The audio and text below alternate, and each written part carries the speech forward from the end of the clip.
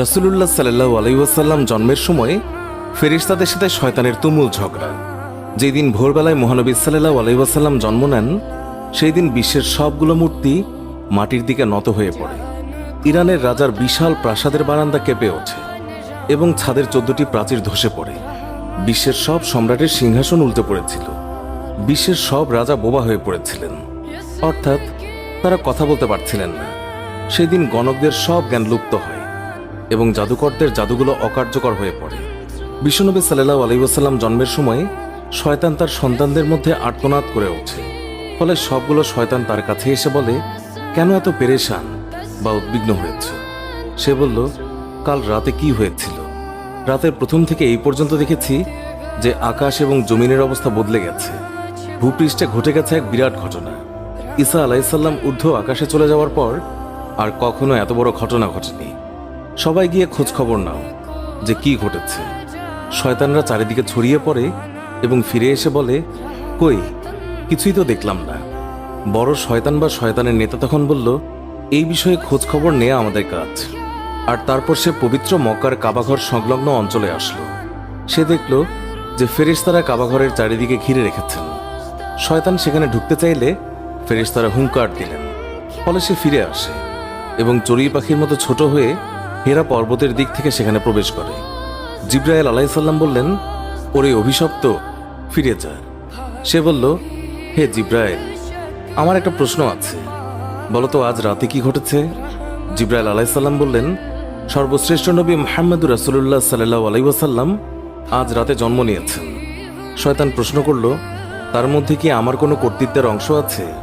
সে তথা ইবলিস বা শয়তান আবার প্রশ্ন করল, তার উম্মতের মধ্যে কি আমার কোনো অংশ আছে? জিবরাইল আলাইহিসসালাম বললেন, হ্যাঁ। ইবলিস বলল, আমি সন্তুষ্ট হলাম। হযরত হালিমা বর্ণনা করেন, শিশু মুহাম্মদ রাসূলুল্লাহ সাল্লাল্লাহু আলাইহি ওয়াসাল্লামকে আমার গৃহে আনার সাথে সাথেই রহমত বরকত প্রকাশ হতে লাগল। এত পরিমাণ দুধ নির্গত হলো যে রাসূলুল্লাহ সাল্লাল্লাহু আলাইহি ওয়াসাল্লাম এবং তার দুধ ভাই একান্ত তৃপ্তির সাথে দুধ পান করে ঘুমিয়ে পড়তেন। আর উটনির দিকে চেয়ে দেখতে পাই সেগুলোর স্তন দুধে পরিপূর্ণ হয়ে গেছে। বিবি হালিমা বলেন, আমার স্বামী উটনির দুধ দহন করলেন এবং আমরা তৃপ্তির সাথে তা পান করে সারা রাত আরামে কাটালাম। দীর্ঘদিন পর এটাই প্রথম রাত্রি যাতে আমরা শান্তিতে ঘুমিয়ে পড়লাম। আমার স্বামী বললেন, হালিমা, তুমি খুবই ভাগ্যবান এক শিশু নিয়ে এসেছ। আমি বললাম, আমারও এটাই ধারণা, এই শিশু অত্যন্ত সৌভাগ্যবান। বিবি হালিমা আরও বললেন, মক্কা থেকে ফেরার পথে শিশু মুহাম্মদকে কোলে নিয়ে যে দুর্বল বাহনটিতে চলতে লাগলাম, মুহাম্মদ রাসূলুল্লাহ সাল্লাল্লাহু আলাইহি ওয়াসাল্লামের বরকতে বাহনটি এত দ্রুত চলল যে সবার বাহনকেই হার মানালো। আমার সাথী মহিলারা আশ্চর্য হয়ে বলতে লাগলো, এটা কি সেই দুর্বল সওয়ারি যার উপর আরোহণ করে তোমরা প্রথম এসেছিলে? তারপর বাড়ি এসে দেখলাম সমস্ত বকরিগুলো দুধে পূর্ণ হয়ে গেছে, অথচ কিছুক্ষণ পূর্বে সেগুলো দুধ শূন্য ছিল। আমার গোত্রের লোকেরা তাদের রাখালদেরকে নির্দেশ দেয় যে তোমরাও তোমাদের পশু ওই জায়গায় চড়াও যেখানে হালিমার বকরি চড়ে। কিন্তু তা তো চারণ ক্ষেত্রের বিশেষত্ব ছিল না, বরং গায়েবী মদদ এবং বরকতের মধ্যে তা নিহিত ছিল। তা ওই সমস্ত লোক কোথায় পাবে?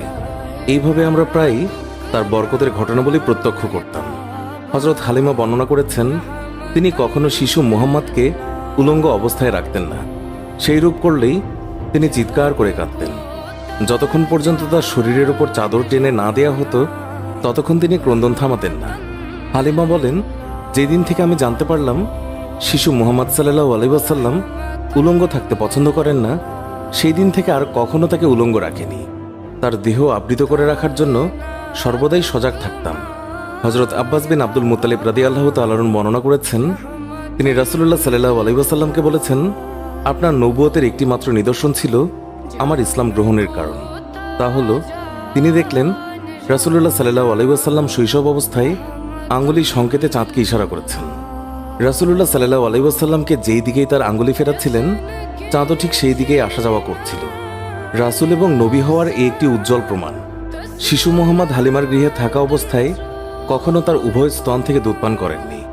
সবসময় তিনি একটি স্তন থেকে দুধ পান করতেন, অপরটি তার দুধ ভাইয়ের জন্য রেখে দিতেন। ন্যায়বোধের এমন চরম দৃষ্টান্ত পৃথিবীতে খুবই বিরল। সত্যি এটা একজন মহামানবের পক্ষেই সম্ভব। শিশু রাসূলুল্লাহ সাল্লাল্লাহু আলাইহি ওয়াসাল্লামের দ্রুত বর্ধনশীল দৈহিক অবস্থাও একটি লক্ষণীয় বিষয়। 2 মাস বয়সের সময় তিনি অন্যান্য শিশুদের সাথে হামাগুড়ি দিয়ে ফিরতে লাগলেন। 3 মাসের সময় দেয়াল ধরে হাঁটতে লাগলেন। যখন তার বয়স মাত্র 5 মাস, তখন বিনা অবলম্বনে হাঁটতে শিখলেন। 7 মাস বয়সের সময় তিনি ফিরতে লাগলেন এবং মাত্র 8 মাস বয়সের সময় তিনি কথা বলতে সক্ষম হন। তার এই গুণগুলো নিশ্চয়ই তার মুজিজার মধ্যে অন্তর্ভুক্ত এবং তিনি উম্মতে মুহাম্মাদের শাফায়াতের কাণ্ডারী। সারওয়ারে কায়নাত, দোজাহানের সম্রাট রাসূলুল্লাহ সাল্লাল্লাহু আলাইহি ওয়াসাল্লাম অতি শৈশবকাল থেকেই একান্তভাবে পাক সাফ থাকতেন। সাধারণত শিশুরা